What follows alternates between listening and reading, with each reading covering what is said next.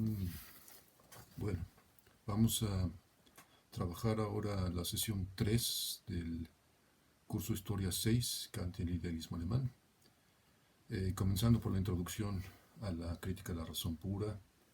Eh, Como ustedes saben, hay dos versiones de la introducción. Nos vamos a basar en el entregable, o como dicen los gringos, handout, que está puesto en la plataforma Classroom y que, bueno, contiene estas tres distinciones fundamentales para toda la filosofía de Kant y quizá toda la filosofía posterior, ciertamente la de la filosofía clásica alemana, y es la distinción entre lo a priori, lo a posteriori o empírico, lo necesario y lo contingente, y lo sintético y lo analítico. Para comenzar por la primera, la distinción entre lo a priori y lo a posteriori, esto corresponde a la primera sección de la introducción, distinción entre el conocimiento puro y el empírico. Eh, bueno, pues tenemos ahí la siguiente frase, ¿no? Un conocimiento tal que es independiente de la experiencia e incluso de las impresiones de los sentidos, se denomina a priori y se distingue del empírico, el cual tiene fuentes a posteriori, es decir, en la experiencia. Esta es la segunda página del prólogo, según la paginación de la segunda edición B2. Entonces lo que tenemos es que eh, la expresión a priori y sus contrapartes, desde luego, caracterizan fundamentalmente eh, verbos cognitivos, ¿no? Son modificadores de verbos cognitivos. Entonces podríamos decir, ustedes pueden seguir ahí el entregable, que una persona S conoce P, una proposición P, a priori, sí y solo sí. Esa persona S conoce P independientemente de la experiencia. Lo mismo o algo similar se puede decir para una proposición. Surge la pregunta, ya con esta caracterización de lo a priori como independencia de la experiencia, si pueden algunos seres conocer a priori cosas que otros seres no pueden, ¿no? Por ejemplo, la distribución de los números primos en una serie. De esto podemos hablar más adelante en la sesión de Zoom, digamos, el lunes, ¿no? Entonces, hay que entenderla esta noción de independencia, detenernos un poquito en eso. Conocer una proposición independientemente de la experiencia para Kant no es lo mismo que conocer esa proposición a pesar de que nunca se haya tenido experiencia alguna. Esto es muy importante y tiene que ver con este comienzo, quizá un poco bastante conocido, digámoslo así, en el sentido de que todo conocimiento comienza con la experiencia, o si bien todo conocimiento comienza con la experiencia, no por ello procede o surge todo conocimiento de la experiencia, ¿no? Que es lo primerito en la segunda edición de la introducción. Entonces, Kant piensa que la experiencia es necesaria incluso para conocer a priori, por ejemplo, un juicio, una proposición. ¿Qué es esto? Bueno, sin experiencias, ¿no? Este es un primer punto, nuestras facultades cognitivas, nunca se habrían desarrollado hasta el punto de llevarnos a usar conceptos y hacer juicios tal y como normalmente lo hacemos. Sin experiencia no podríamos pensar categorialmente, y si no podemos pensar categorialmente es sumamente dudoso que pudiéramos conocer algo. Ahora bien, una vez que nuestras facultades se han desarrollado y están operando, hay ciertas proposiciones, este es el punto importante, cuya verdad podemos afirmar, sin apelar a la experiencia. Y así, digamos, tenemos B1, donde dice, aunque todo nuestro conocimiento empiece con la experiencia, no por eso procede todo él de la experiencia, lo que acabo de mencionar. Segundo punto, la experiencia se requiere para conocer a priori una proposición si los conceptos constituyentes de esa proposición solo pueden surgir de la experiencia. Por ejemplo, el concepto de rojo o el concepto de evento. Por eso, Kant distingue, ahí mismo en la introducción, los juicios a priori, los puros y los impuros, ¿no? Los puros que no contienen nada empírico y los no puros. Entonces el ejemplo que pone ahí Kant es muy conocido.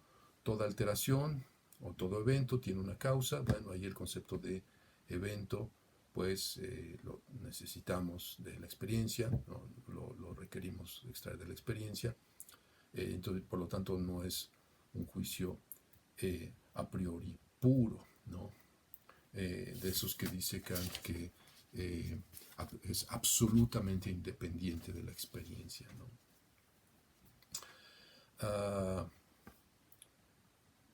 Bueno, otro ejemplo que nos ofrece Van Cleef y que es de origen wittgensteiniano: nada es al mismo tiempo rojo y azul. Si algo es rojo, no puede ser al mismo tiempo azul.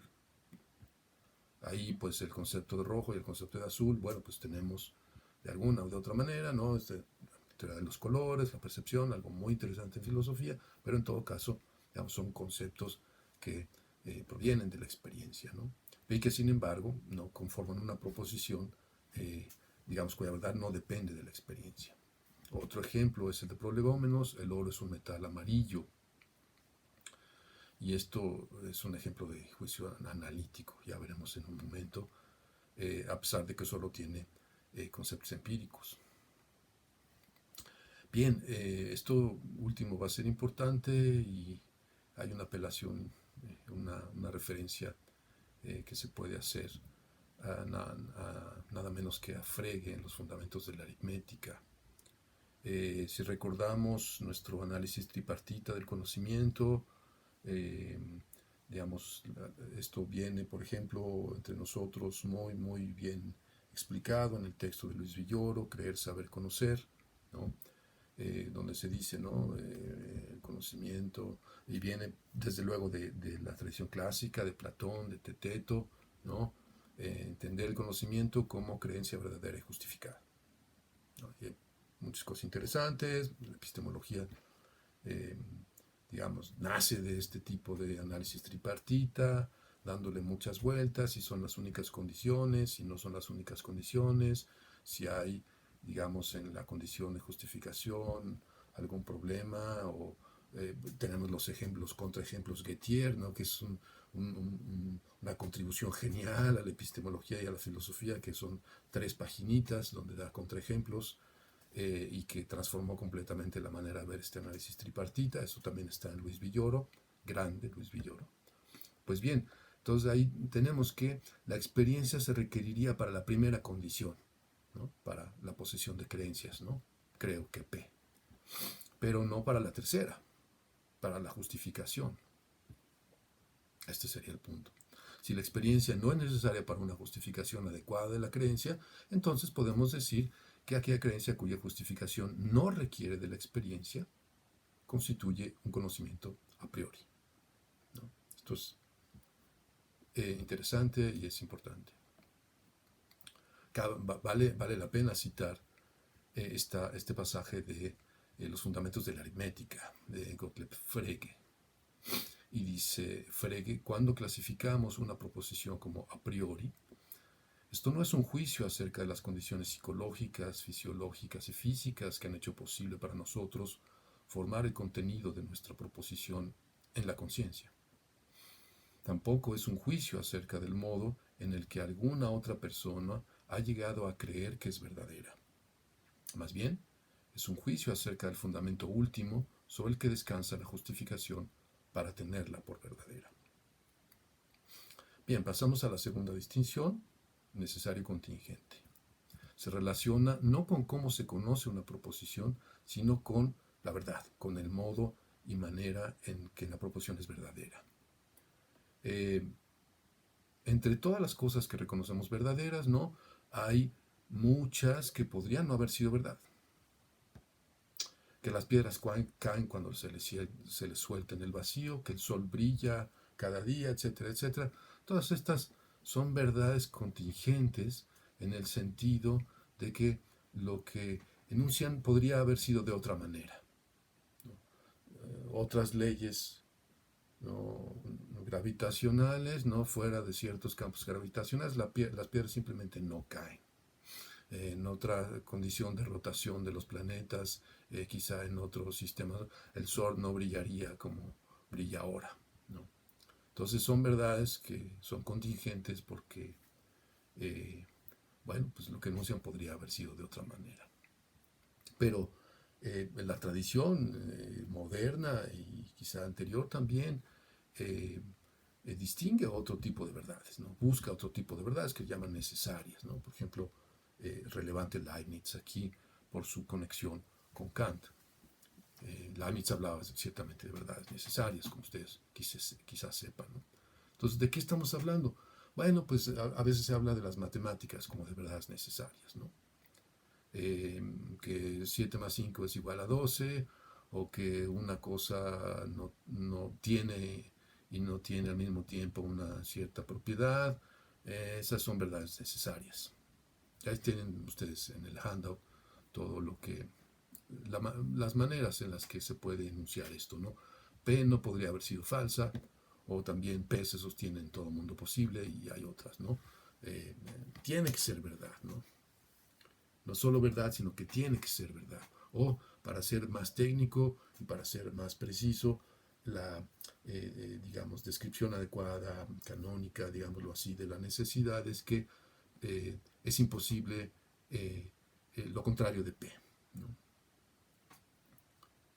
No P es imposible, ¿no? Esto es una manera de entender la necesidad. Ahora, varios tipos de necesidad, como pueden ustedes ver en el abstract. Importante que no se trata de, en sentido estricto, de la necesidad lógica cuando habla Kant de necesidad en este punto, ¿no?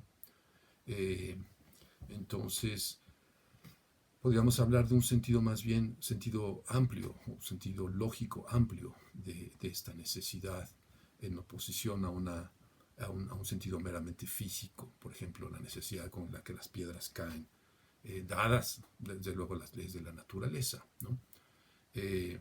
Entonces, sí, la necesidad lógica en sentido estrecho, lo que anuncia, lo que queremos decir aquí, es que las leyes de la lógica formal no son las únicas que son necesarias, ¿no? Bueno, si bien estas dos distinciones que hemos trazado, a priori o posteriori, necesidad, contingencia, difieren ciertamente en su sentido o intención, Kant piensa que coinciden en extensión, ¿no? Que cortan, digamos, del mismo modo el campo de las proposiciones verdaderas, ¿no? De los juicios verdaderos. Entonces las proposiciones son necesarias sí y solo si son a priori, y son contingentes sí y solo si son empíricas o a posteriori. Por eso dice Kant en la introducción que la necesidad es la marca segura, en la segunda sección de la introducción, es la marca seguro o el criterio seguro para distinguir el concepto puro del empírico, ¿no? Ahora entramos en la cuestión más peliaguda, que es la distinción analítico-sintético, ¿no? Y aquí seremos también muy breves, ¿no? Lo primero que hay que notar es que si bien las anteriores distinciones cortan un campo paralelamente, esta distinción corta el campo verticalmente, ¿no? Entonces no son del mismo nivel, y esto es lo que hace interesante el asunto, y es lo que permite el planteamiento central de Kant, muy conocido, casi un cliché, el planteamiento de cómo son posibles los juicios sintéticos a priori. Entonces hay dos caracterizaciones, ¿no?, de la distinción analítico-sintético, son famosas, ambas problemáticas, vamos a mencionarlas brevemente. Digamos, una es en términos de contenimiento conceptual, ¿no? Si el predicado está o no contenido en el sujeto. Recuerden que Kant está pensando en juicios de tipo sujeto-predicado. Entonces, una primera caracterización es la del contenimiento o contención, si se quiere hablar así, y otra es en términos de contradicción. Leo entonces, esto está en el texto, A6, B10, también está en el entregable. Dice Kant, esta es la primera, ¿no? La primera caracterización. O bien el predicado B pertenece al sujeto A como algo que está encubiertamente contenido en el concepto concepto A, o bien B se halla completamente fuera del concepto A, aunque guarde con él alguna conexión. En el primer caso, al juicio se llama analítico, en el segundo, sintético. Entonces hay que notar, en primer lugar, que Kant no dice solamente que el predicado en un juicio analítico pertenece a su sujeto, porque esto es lo que se espera de cualquier juicio. Lo que dice más bien es que el predicado está contenido en el concepto del sujeto, ¿no? Y explica entonces que el concepto del predicado es uno de los componentes, es uno de los conceptos constituyentes, dice, cito ahora, que han sido pensados en el sujeto, aunque confusamente. Detrás de esta idea de confusión está, creo que, bueno, está la tradición leibniziana, está Leibniz, ¿no? Vamos a hablar de esto también después. Cambio en un juicio sintético, ¿no? Ahí un juicio sintético tiene un predicado que no ha sido pensado, dice Kant, de ninguna manera en el concepto del sujeto. Esto es muy importante porque, como es obvio, son los juicios sintéticos los que hacen avanzar lo que ya sabíamos, ¿no? Pasamos de un concepto a otro, avanzando el conocimiento en los juicios sintéticos, haciendo avanzar el conocimiento en los juicios sintéticos, de ahí el interés especial en este tipo de juicios. En otro sitio, Kant identifica lo que de hecho estoy pensando en mi concepto de triángulo, dice, con no más que la mera definición. Esta es casi la última parte de la crítica a la razón pura. Ya hablamos de las secciones y es la parte de la disciplina de la razón pura en su uso dogmático, donde Kant compara, es una joya de la filosofía, donde Kant compara las matemáticas y la metafísica como conocimientos racionales puros.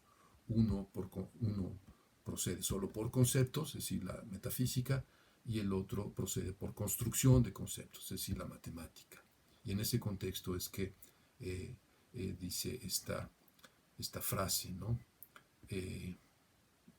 Entonces, uniendo los dos pasajes, llegamos al resultado de que un juicio, el juicio S es P, es analítico, sí, solo sí, la propiedad de ser P está incluida por definición en el concepto de S, ¿no? Entonces, digamos que aquí le adosamos el asunto de la definición a la analiticidad. Esto está en la página 3 del entregable. En todo caso, hay que apreciar que sea el juicio analítico o sintético, esta distinción analítico-sintético depende de el significado de los términos que se usen para expresar el juicio. Ahí tenemos algunos ejemplos. Todos los cuerpos son extensos, todas las cosas extensas e impenetrables son extensas, ¿no? Bueno, parece obvio que ahí hay analiticidad y se contrasta, según Kant, con todos los cuerpos son pesados. No voy a detener demasiado en esto, pero sí me interesa detenerme en objeciones, ¿no? Una objeción común es la distinción analítico-sintético meramente subjetiva y variable. De una persona a otra puede haber, ¿no? Analiticidad y sinteticidad en los juicios, ¿no? Quizá lo que una persona incluye en su concepto y en su definición del oro puede variar radicalmente en relación con lo que otra persona incluye en su concepto de oro. Piensen en la diferencia entre el concepto de oro que tenían, digamos, los europeos y los conquistadores y los colonialistas cuando llegaron a América, y el concepto de oro que tenían los americanos, ¿no? Entonces, bueno, lo que tenemos es que un juicio acerca del oro sea analítico o sintético podría variar de una persona a persona. Es una objeción que ya le hicieron en tiempo de Kant un señor que se llama Schulze. Y pueden ahí ver ustedes en el handout cómo está planteada, ¿no? Bueno, esta objeción, la respuesta a la objeción más bien, introduce una diferencia entre los juicios o las proposiciones por un lado y las oraciones o enunciados que lo expresan por otro. Entonces es evidente que ningún juicio puede ser analítico para una persona y sintético para otra. El hecho de que una persona utilice un concepto más inclusivo que la otra muestra que ambas personas operan con diferentes conceptos y por tanto con juicios distintos. Por otro lado, con las oraciones que sí tenemos cierta subjetividad y variabilidad, ¿no? La misma oración puede ser analítica para María y sintética para Juan. No obstante, esto no socava el proyecto de Kant, porque hay ciertamente casos en los que una oración es sintética para una persona, perdón, en los que una oración que es sintética para una persona expresa una proposición que la persona conoce a priori. Así, para las oraciones o enunciados, también puede plantearse la pregunta central de la crítica: ¿cómo son posibles los juicios sintéticos a priori? Y se puede plantear del siguiente modo: ¿cómo son posibles juicios que son conocidos a priori por una persona y expresados en oraciones que son sintéticas para esa persona? Voy un poco más rápido porque no quiero pasarme mucho del tiempo.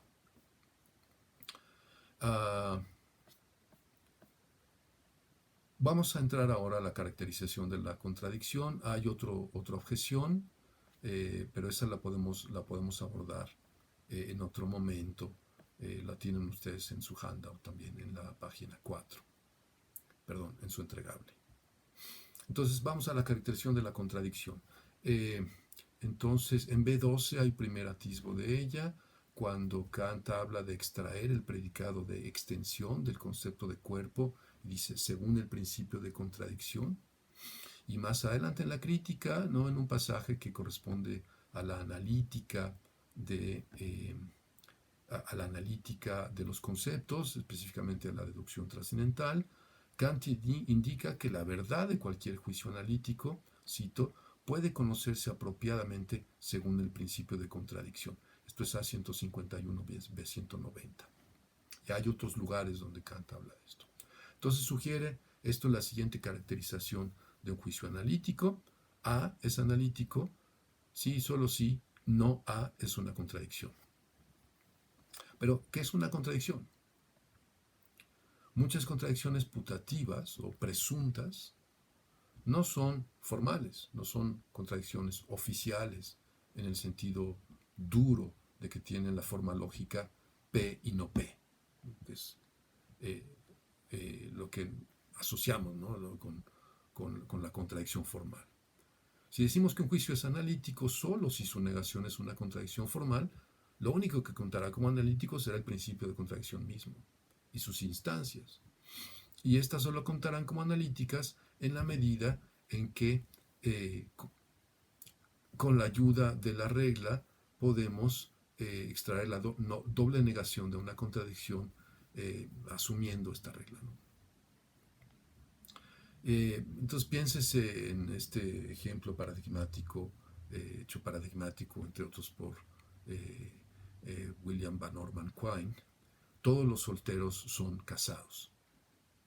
Entonces,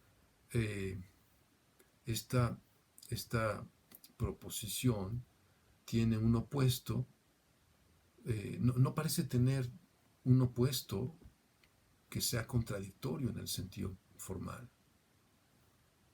Y entonces lo que necesitamos es más bien decir que la definición anterior de analiticidad, que A es analítico sí, solo sí, no es una contradicción, más bien hay que glosarla en términos de que A es o implica una contradicción formal, ¿no?, que implica una contradicción formal. Así, entonces, la pregunta inmediata ahora es cómo entender esa implicación, bajo qué reglas y sobre qué premisas auxiliares. Pues recuérdese que cualquier afirmación puede implicar una contradicción si no hay ninguna limitación en las reglas y las premisas que podamos usar en la prueba. Si miramos las transformaciones a las que debemos someter la negación de todos los solteros son no casados, para llegar a una contradicción formal, algunos solteros son no solteros, entonces emerge la siguiente respuesta. Podemos apelar a las leyes de la lógica y a las definiciones. Entonces ahora tenemos una nueva caracterización de lo que puede contar como analítico. A es analítica si y solo si de su negación, no A, puede derivarse una contradicción formal usando solo las leyes de la lógica y las sustituciones autorizadas por sus definiciones. Aunque esta caracterización de la analiticidad se aplica en primer término en las oraciones, se puede definir un sentido relacionado de la analiticidad para las proposiciones o los juicios. Y así tenemos, un juicio es analítico, si y solo si, cualquier oración que lo exprese es analítica. Ahora bien, ¿cómo responde esta caracterización a la objeción de ser demasiado estrecha? Bueno, esto lo vamos a dejar para después porque no introdujimos la segunda objeción, ¿no?, de ser demasiado estrecha, y entonces no tendrá, no tendrá sentido abordarlo en este punto, pero lo podemos hacer en su momento, ¿no? Ustedes pueden además ver el handout para esta objeción.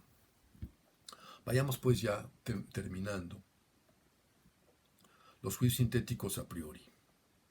Entonces tenemos tres distinciones que nos ayudan a entender el planteamiento fundamental en la introducción de la crítica de la razón pura. Es decir, responder a la pregunta ya mencionada por la posibilidad de los juicios sintéticos a priori. Entonces tenemos 4 compartimentos.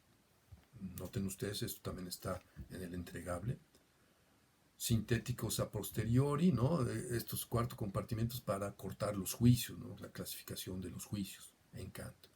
Entonces en el cuadrante superior izquierdo tenemos sintéticos a priori, que son contingentes. En el superior derecho tenemos analíticos a priori, que son necesarios. Luego tenemos en el cuadrante inferior izquierdo analíticos a posteriori, contingentes. Y en el cuadrante inferior derecho, sintéticos a priori, necesarios. Hay mucho que hablar, habría, ¿no?, toneladas de cosas que decir sobre este cuadrito, especialmente sobre analíticos a posteriori, pero bueno, para quien tenga la referencia, Saul Krike, ¿no?, ha hablado sobre lo que pasa en este cuadrante. Bueno, entonces cuando se trata de verdades analíticas, el conocimiento a priori no es ninguna sorpresa, pues se explica por nuestro conocimiento de las leyes de la lógica y del significado de las palabras, de las oraciones. Pero ¿cómo se explica nuestro conocimiento a priori? ¿Cómo se explica que se extienda también a las verdades sintéticas? Entonces, Kant está convencido de que esas verdades, las verdades sintéticas, son fundamentales en la estructura de nuestra experiencia del mundo objetivo. Y eso es lo que llevó al problema central de la crítica en B19, ¿no? Bien, estamos ya al final. En la introducción de la crítica, Kant señala 3 tipos de juicios sintéticos a priori: juicios aritméticos, juicios geométricos y ciertos principios estructurales de la ciencia natural, tales como el principio de que todo evento tiene una causa y otros más. También menciona juicios sintéticos a priori como componentes de cierta metafísica. Esto nos da ya un panorama, esto es importante, de las divisiones centrales de la crítica de la razón pura. En lo que concierne desde luego a la doctrina elemental trascendental, que es la primera parte, tenemos primero la estética trascendental, que se ocupa, grosso modo, de contestar la pregunta por los juicios sintéticos a priori, en el caso de las matemáticas. Tenemos después la analítica trascendental, que se ocupa de contestar esto mismo en el caso de los principios estructurales de la ciencia natural, precedida por una cosa que se llama la deducción trascendental de las categorías, desde luego. Y finalmente tenemos la dialéctica trascendental. Y aquí lo que tenemos sería una crítica de la metafísica, una crítica a las pretensiones espurias de la metafísica tradicional para conocer ciertos objetos al margen de la experiencia, mediante juicios sintéticos a priori. Bien, pues nos veremos el lunes. Espero que pasen buen fin de semana y que todo este encierro y todo este feudalismo tecnológico les sea muy leve. Adiós.